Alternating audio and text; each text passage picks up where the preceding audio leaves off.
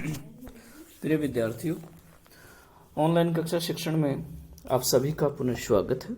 मैं अर्जुन लाल जाट, सहायक आचार्य समाजशास्त्र, SBP राजकीय महाविद्यालय डूंगरपुर, स्नातक द्वितीय वर्ष, समाजशास्त्र विषय से। आज का हमारा शिक्षण बिंदु है अनुसंधान समस्या की पहचान।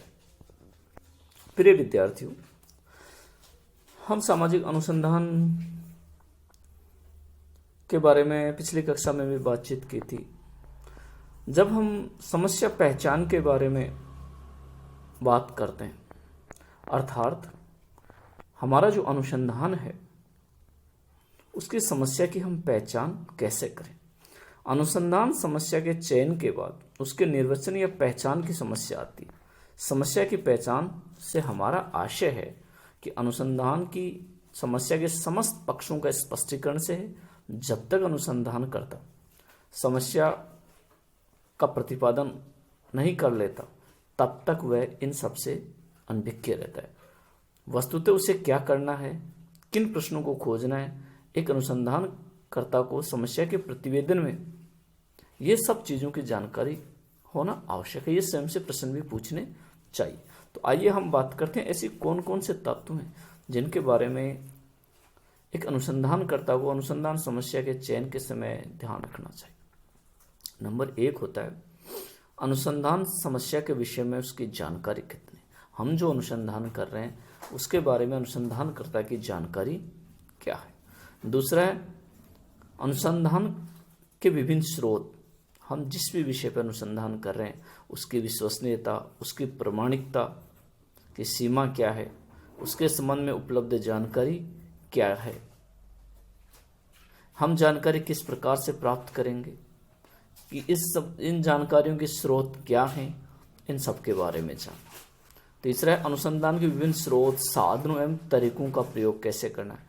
जब हम अनुसंधान के स्रोत क्या हैं, किन किन साधनों का, किन प्रविधियों का उसमें हम उपयोग करेंगे और उनके प्रयोग करने का तरीका क्या होगा, जो स्रोत हमें उपलब्ध हैं किस तरीके से हम उनको खोजेंगे और खोजने के बाद उनसे जानकारी किस प्रविधि से प्राप्त करेंगे, फील्ड में कौन सी प्रविधि का उपयोग करेंगे, ये हमें जानकारी होनी चाहिए या हमें ये पहचान करनी चाहिए। अगला समय, धन और प्रयासों का उपयोग किस प्रकार होगा। हमारे पास जो उपलब्ध समय है, धन है और जो प्रयास है उनका हम व्यय किस प्रकार करेंगे, क्या इस व्यय के अनुरूप हम परिणाम को प्राप्त कर सकेंगे या कौन सी संभावित बाधाएं हैं, इनका भी हमें ज्ञान होना चाहिए। साथ ही परिकल्पनाओं के अंतर्गत प्रयोग किए गए चर, अवधारणा, वाक्य विन्यासों इत्यादि की स्पष्ट परिभाषाएं भी उपलब्ध हो सकेंगी। क्या ये प्रायोगिक दृष्टिकोण से उपयुक्त होंगी, क्या हम जो प्राप्त करना चाहते हैं उसको प्राप्त कर लेंगे और फिर जिसको हमने प्राप्त कर लिया उससे कितने लोग लाभान्वित होंगे या लाभान्वित होंगे या नहीं भी होंगे, और लाभान्वित यदि होंगे तो किस प्रकार होंगे। ये सब अनुसंधान समस्या के पाठ, अनुसंधान समस्या के चयन में हमें इन सब बातों की आवश्यकता है। इनके बारे में हमें जानकारी होना अति महत्वपूर्ण है। दूसरा, जब हमने समस्या प्रतिपादन के जो चरणों की यदि हम बात करें तो हमारा जो शीर्षक है उसका उचित चयन होना चाहिए, उसकी एक स्पष्ट पहचान होनी चाहिए। अन्वेषण की प्रकृति क्या है उसकी हमें जानकारी होनी चाहिए, उसका स्पष्टीकरण होना चाहिए। अनुसंधान समस्या के क्षेत्र का परिसीमन, ताकि समस्या सफलतापूर्वक संभाले जाने योग्य आकार वाली रहे। समस्या से संबंधित विभिन्न मान्यताओं, परिकल्पनाओं का विस्तृत विवरण हो। समस्या के बाद आने वाले सभी पहलुओं का स्पष्ट विवरण हो। ये सब समस्या पहचान के अंग हैं, इनकी हमें जानकारी होनी चाहिए। जब हम प्रिय विद्यार्थियों सामाजिक अनुसंधान की समस्या के पहचान के आवश्यक तत्वों के बारे में जान चुके हैं, लेकिन साथ ही हमें यह भी पता होना चाहिए कि हमारे सामाजिक अनुसंधान में कौन कौन सी सीमाएं आ सकती, उन सीमाओं के बारे में भी सोचना चाहिए। सामान्यतः 3 प्रकार की सीमाएं एक अनुसंधान में होती हैं। पहली एक ज्ञान की शाखा विशेष की सीमा, यानी किस शाखा में आप अध्ययन कर रहे हैं। ज्ञान की प्रत्येक शाखा का एक विभाजन किसी विशिष्ट ढंग से होता है। जैसे समाजशास्त्र का विद्यार्थी किसी विभाग को चुन सकता है, सामाजिक समस्या को चुन सकता है। राजनीति विज्ञान का जो विद्यार्थी हो किसी दल या प्रभावी गुट को चुन सकता है। तो इस प्रकार से जो अनुसंधान है उसके ज्ञान की शाखा विशेष की सीमाएं होती हैं। इस विषय की अपनी स्वाभाविक सीमाओं के अनुसार क्षेत्र का निर्धारण करना चाहिए। हम कहाँ तक, किस शाखा तक अध्ययन कर पाएंगे, ये इसके ज्ञान की सीमाएं।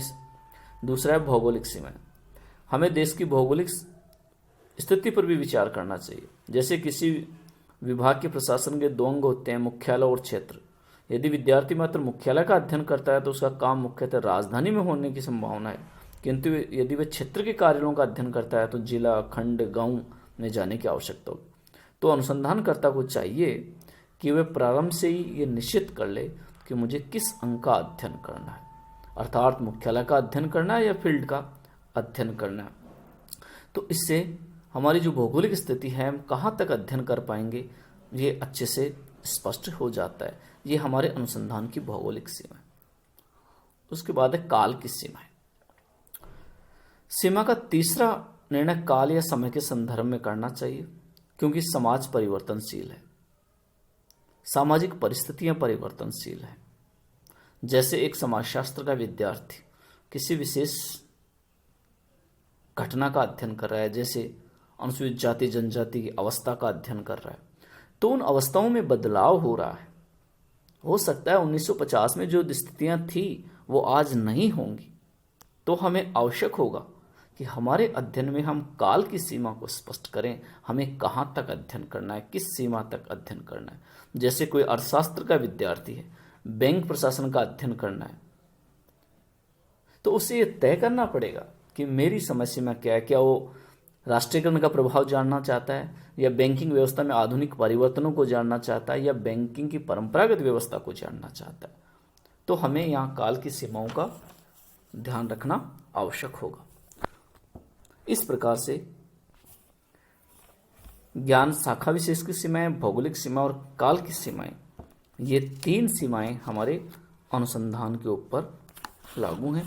अनुसंधानकर्ता को इसका भली भांति ज्ञान होना चाहिए।